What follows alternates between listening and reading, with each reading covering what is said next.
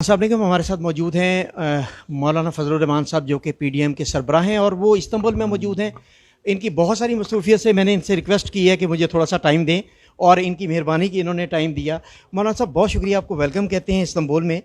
तो मेरा आप क्योंकि बहुत मसरूफ़ हैं, मैं चाहूँगा कि मुख्तसर सा, क्योंकि इस्तराब है ओवरसीज़ पाकिस्तानियों में और ओवरसीज़ पाकिस्तानी ये चाहते हैं कि मैं ये पूछूँ कि ओवरसीज़ पाकिस्तानियों से वोट का हक़ आपकी हुकूमत ने आके ले लिया है और 80 लाख ओवरसीज़ पाकिस्तानी बड़े मुस्तरिब हैं। आप इसके बारे में क्या कहेंगे? आप तो बड़े मुदब्बर और विजडम वाले सियासतदान हैं, तो आपकी हुकूमत में ये अमल होना, क्या कहेंगे इसके बारे में? मेरे ख़्याल में ओवरसीज़ पाकिस्तानी हमारे भाई हैं, वो पाकिस्तानी हैं। कोई भी पाकिस्तानी होने के नाते किसी पाकिस्तानी के वोट का हक़ नहीं छीन सकता, और अगर वो पाकिस्तान आते हैं, पाकिस्तान में अपना वोट कास्ट करते हैं, हमें खुशी होती है। बाहर की दुनिया में हमारे पास अपने वोटर तक रसाई मुमकिन नहीं है।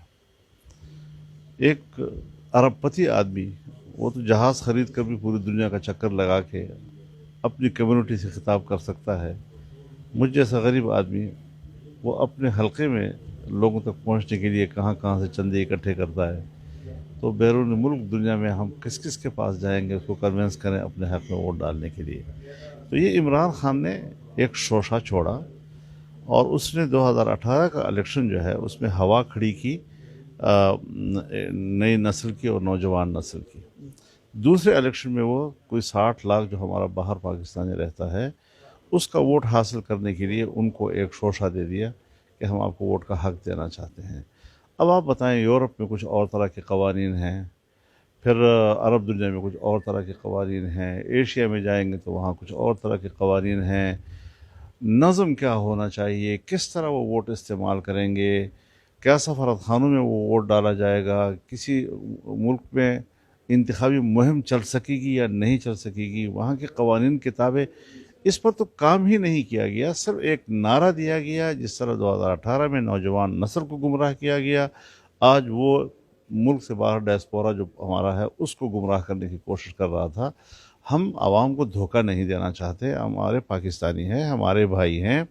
हमने कहा कि अगर वो वोट नहीं दे सकते या वोट दे सकते हैं लेकिन उसमें नज़म पैदा नहीं हो रहा, उसको ऑर्गेनाइज नहीं किया जा सकता, तमाम मुल्कों के कवानीन को यकसां पोजीशन नहीं दी जा सकती, तो उसके लिए हम ये करते हैं कि पाकिस्तान से बाहर हमारा जितना पाकिस्तानी रहता है वो रजिस्टर्ड है, उसके पास पासपोर्ट है, हमें मालूम है कि कितना पाकिस्तानी बाहर है, उसको हम असम्बली में खुसूसी नशिस्तें दे देते हैं। तो वो अच्छा मौलाना साहब, 30 अरब डॉलर के करीब रेमिटेंस है ओवरसीज़ पाकिस्तानियों की, लेकिन वो अब इस तरह का शिकार है कि नैब में तरमीम कर दी गई हैं और पिछले केस माफ़ करवा दिए गए। अब वो फॉरेन रेमिटेंस पर बहुत बड़ा ख़तरा नहीं पैदा हो गया पाकिस्तान को, जिसकी बुनियाद पर हम 30 अरब डॉलर की बुनियाद पर हमारी मईशत चलती थी? मेरे ख्याल में अभी भी लोगों को एतमाद करना चाहिए। नेब ने पाकिस्तानी मईशत को मुंजमद कर दिया था। न कोई अफसर फाइल को हाथ लगाने के लिए तैयार था, न कोई सरमायाकार सरमायाकारी करने को तैयार था, न कोई कारोबारी कारोबार करने के लिए तैयार था। हर आदमी इस बात से डरता था कि मैं कारोबार करूंगा तो कल नेब मुझे पकड़ेगी। क्यों? नेब के जो कवानीन हैं लोगों को समझना चाहिए। नेब के कवानीन के तहत हर पाकिस्तानी पैदाइशी मुजरिम है। जिसको चाहे हाथ डालो बगैर पूछे, फिर वो साबित करेगा कि मैं बेगुनाह हूँ। ये शरीयत के भी ख़िलाफ़ है, आम दुनिया के कानून के भी ख़िलाफ़ हैं।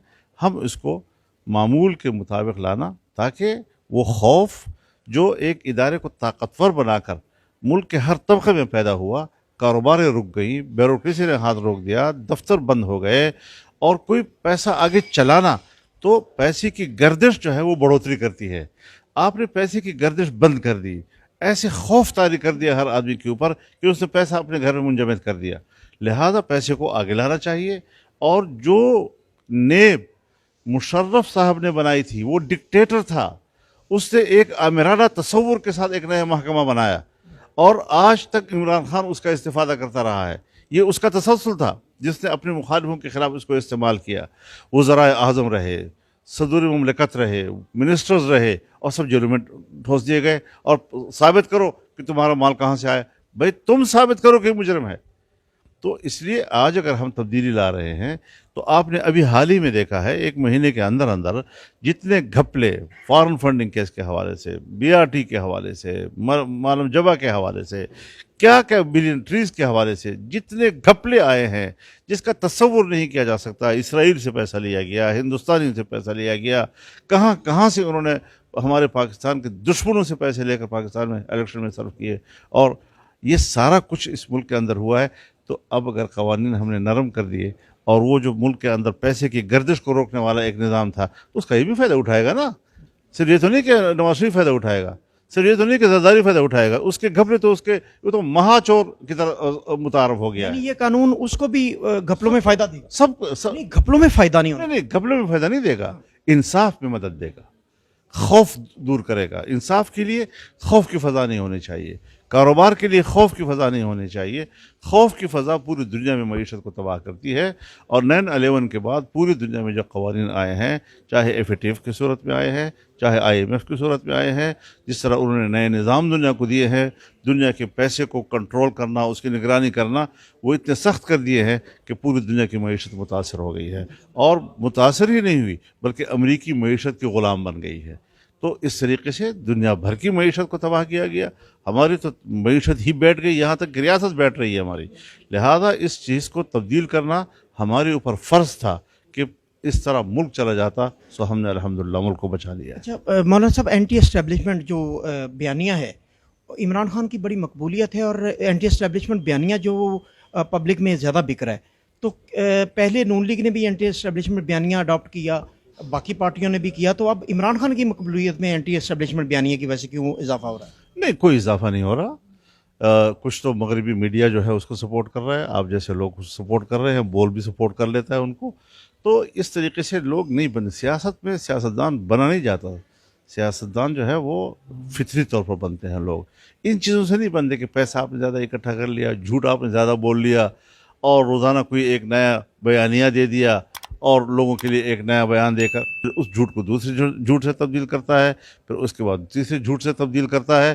اس میں اگر کسی کو مہارت ہو اور آپ اس کو مقبولیت کہتے ہیں تو مجھے آپ پر بھی رحم آتا ہے.